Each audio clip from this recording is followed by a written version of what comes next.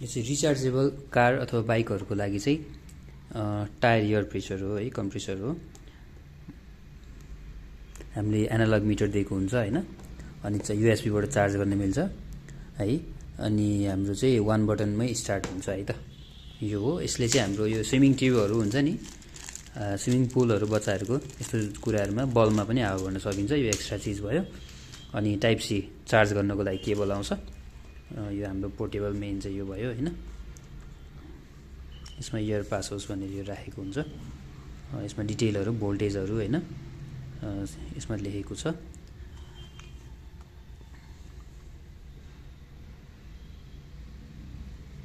है यो माथिबाट टाइप सी बाट चार्ज हुन्छ। यो अब लक गर्ने भइहाल्यो टायरमा। अनि हाम्रो कति प्रेसर चाहिँ कति छ भनेर पनि चेक गर्न सकिन्छ है त टायरबाट। यो एनालग मिटर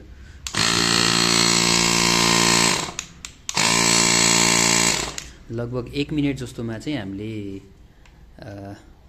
चाहिँ टायरमा हावा भर्न सक्छौँ।